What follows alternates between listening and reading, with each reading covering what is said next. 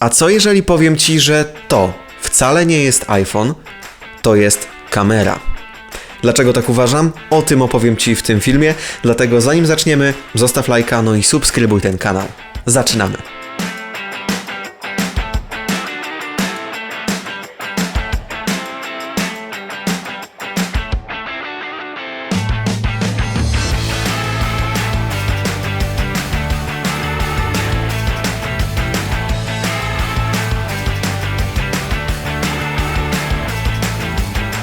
Od poprzedniego filmu o tym iPhone'ie, czyli o iPhone'ie 15 Pro Max, minął tydzień. Wszystkie treści, które wygenerowałem wokół tego kawałka tytanu, zrobiły w tydzień zasięg ponad 100 000 wyświetleń, licząc TikToka i YouTube'a, za co Wam bardzo dziękuję, bo liczba moich subskrybentów przez ten czas się podwoiła. Bardzo mi miło, bardzo się cieszę i dziękuję, że jesteś tutaj ze mną. Jeżeli jeszcze nie subskrybujesz, to zrób to teraz, bo w tym momencie opowiem Ci o tym, dlaczego uważam, że najnowszy iPhone 15 Pro Max, czy też wersja Pro, mogą nadać się jako profesjonalna kamera filmowa.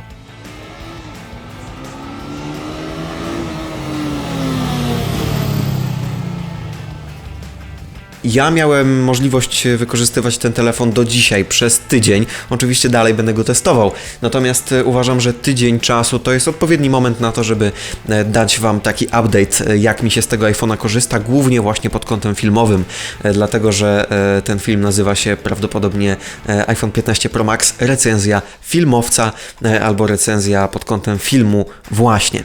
Na początek szybkie plusy. Po pierwsze, nagrywanie w jakości 4K do 60 klatek na sekundę. Poza tym bardzo jasny obiektyw, bardzo fajne są te obiektywy. Niektórzy mówią, że są za duże i że to przeszkadza w codziennym użytkowaniu. Nie zgodzę się z tym. Ja i tak z tego telefonu korzystam w etui, zatem nie jest to dla mnie żaden problem, a wiadomo, im większe obiektywy, tym jakość jest lepsza i jest to jak najbardziej wyczuwalne. Ten nowy przycisk, fajny bajer, to prawda, ale też bardzo przyjemnie i wygodnie odpala się nim tryb filmowy, z którego ja teraz właśnie korzystam. Mam pod nagrywanie podpięty ten dodatkowy przycisk. Tryb makro, bardzo fajna opcja, czasem trochę denerwuje, ponieważ kiedy przyłożymy naszego smartfona do jakiegoś obiektu dość blisko, no to ten tryb makro uruchamia się z automatu, trzeba go wyłączyć ręcznie. Nie patrzyłem, czy można to wyłączyć w ustawieniach, jeżeli tak, to fajnie, natomiast jeżeli nie, to może to być faktycznie trochę drażniące, ponieważ kiedy nagrywamy na tym obiektywie głównym, czyli oznaczonym 1x i przyłożymy smartfona do czegoś bliżej, no to wtedy przełącza nam się na obiektyw szerszy, bo właśnie z niego idzie ten obiektyw makro. Wiem, że trochę to zagmatwane, ale w każdym razie podczas przybliżania przełącza się jeden obiektyw z drugiego i widać wtedy ten przeskok jakości. To nie jest fajne. Niemniej jednak tryb makro, kiedy już nagrywamy coś w tym zbliżeniu, no to naprawdę robi wrażenie i w porównaniu do mojego iPhone'a 12 Pro Max, w którym tego trybu nie było, można fajnie go wykorzystać. Ja w swojej pracy nagrywania i prowadzenia mediów społecznościowych dla małych i średnich firm wykorzystuję ten tryb na przykład w restauracjach, jedzenie na makro. To jest to. Tryb filmowy fajny, ale potrzebuje dużo światła. Przygotujcie się na to, że niestety w ciemnych pomieszczeniach nie będzie działał dobrze. Tak samo jak zresztą robienie zdjęć na trybie portretowym, czyli z tym elektronicznym rozmytym tłem. Niestety do tego trybu potrzeba dużo światła. Co do światła, nowy iPhone szczerze myślałem, że będzie sobie lepiej radził w ciemniejszych warunkach. Porównywałem go nawet z iPhone'em 12 Pro Max. W tym samym pomieszczeniu, w tym samym czasie przyłożyłem dwa smartfony do siebie i szczerze mówiąc niestety nie widziałem dużej różnicy. Tylko i wyłącznie jeżeli chodzi o ujęcia, gdzie mamy mało światła. To wtedy różnicy nie widziałem, bo tak normalnie na co dzień, gdzie mamy dobre oświetlenie, no to ta różnica jest ogromna, czasem nawet zniewalająca, szczególnie jeżeli mówimy o nagrywaniu w ProResie.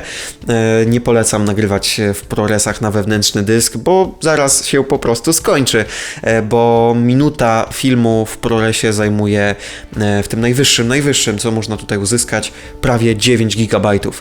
Dlatego jest to bardzo dużo. Fajnie, że jest możliwość nagrywania na zewnętrzny dysk. Bardzo dobrze, że Apple to wprowadziło, bo nie wyobrażam sobie nagrywać godzinnego materiału w ProResie, który tutaj zajmowałby ponad 500 GB.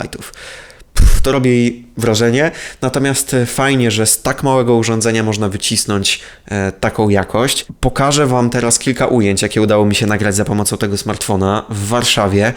Tak jak mówię, miałem go możliwość testować przez tydzień do dzisiaj i to, co udało mi się nagrać i sprawdzić, to przede wszystkim lowlighty, czyli nagrywanie przy niskiej ekspozycji w ciemnych pomieszczeniach. Po drugie, zdjęcia i ujęcia nocne. W nocy radzi sobie na pewno nieco lepiej niż iPhone 12 Pro Max, ale trzeba panować nad tą ekspozycją, trzeba wiedzieć, jak to ustawiać. Tryb filmowy, bardzo fajny, już się z nim polubiłem. Szkoda, że nie można nagrywać do 60 klatek w 4K w tym trybie, tylko jedynie do 30. Niemniej jednak jest to bardzo ciekawe i można ten tryb na pewno kreatywnie do wideo wykorzystać.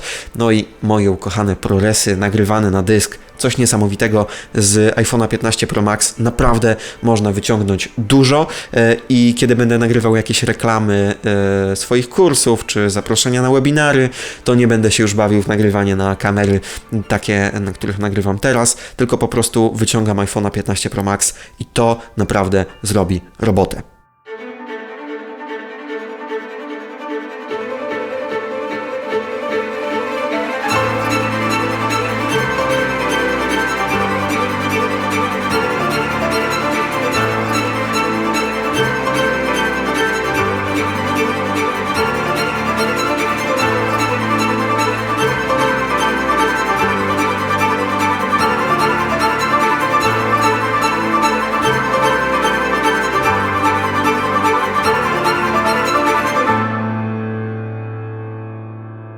Jeżeli chodzi o taki ogólny feeling z telefonu, bo myślę, że po tych ujęciach, które zobaczyliście i po tym, co Wam opowiedziałem, wiecie już mniej więcej, jak to wygląda od strony filmowej. Natomiast to, co filmowcom przyda się na pewno, to jest jasny wyświetlacz. W poprzednich iPhone'ach był problem z tym, żeby ten ekran był wystarczająco jasny i kiedy nagrywaliśmy na zewnątrz, on się jeszcze przyciemniał. Tutaj nie jest aż tak źle, bo ten ekran ma dużo więcej nitów niż te poprzednie smartfony, dlatego jest naprawdę jasny i nawet w pełnej lampie, w pełnym słońcu widziałem wszystko, co nagrywam. To jest bardzo fajne. Stabilizacja, tryb, który nazywa się trybem akcji. Szczerze, widziałem na TikToku test tego trybu i musiałem to sprawdzić. Chodzi o to, że ustawiamy jakiś obiekt w centrum i obchodzimy go właśnie na tym trybie akcji i podobno iPhone ma to genialnie wystabilizować. Jak to działa w praktyce? Sprawdźmy.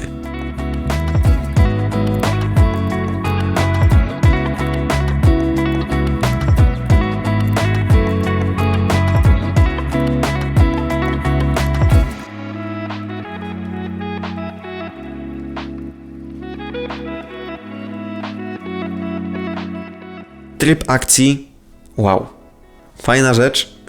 Można z tego korzystać, kiedy chcecie nagrać coś w ruchu, dynamicznie.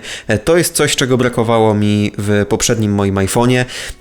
To, że obiektyw 0,5, czyli ten ultra szerokokątny, da się stabilizować. On jest naprawdę mega stabilny. To jest fajne. W tym trybie rozdzielczość ograniczona jest do 2,8K. Nie jest to w pełni 4K, no ale jest to zrozumiałe, no bo pewnie jest jakiś crop z tej matrycy, jakieś przybliżenie, żeby taka stabilizacja w tym trybie akcji była możliwa.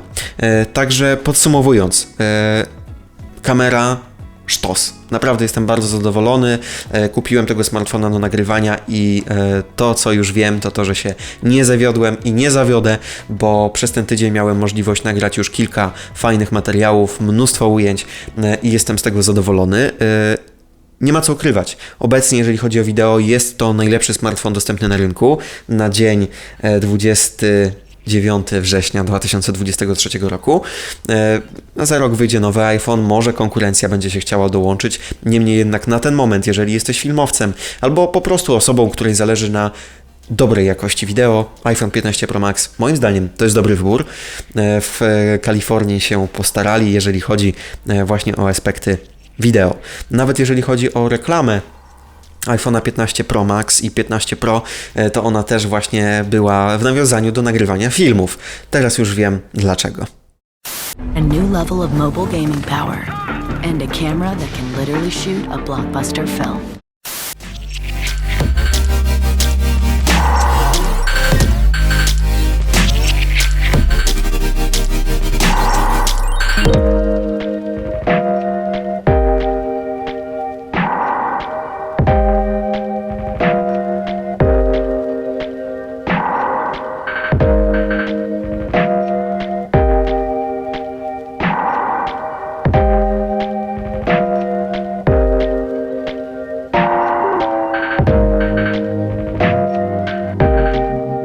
jeszcze krótki fragment o zdjęciach. Ja również jestem entuzjastą fotografii mobilnej i fotografowania smartfonem. No i tutaj ten tryb RAW Max, czyli 48 megapikseli. Zobaczcie, kilka zdjęć przybliżę Wam teraz i zobaczycie, jak szczegółowo można tutaj fotografować.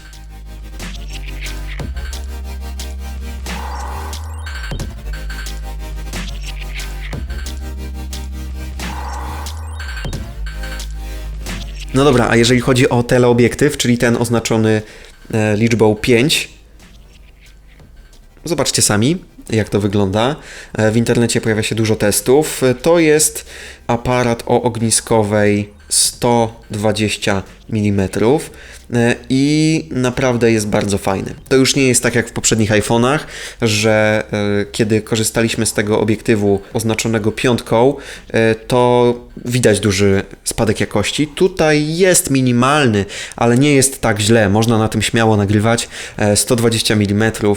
Fajnie, gdybym miał 2 takie iPhony, to spokojnie taki film jak ten mógłbym sobie nagrać, bo na jednym iPhone'ie ustawiłbym na przykład ogniskową 24 mm, czyli ten tryb taki podstawowy, ogólny, no a na drugim iPhone'ie ustawiłbym 120 mm i to by mi w zupełności wystarczyło. Włączam ProResa, robię profesjonalną kolor korekcję.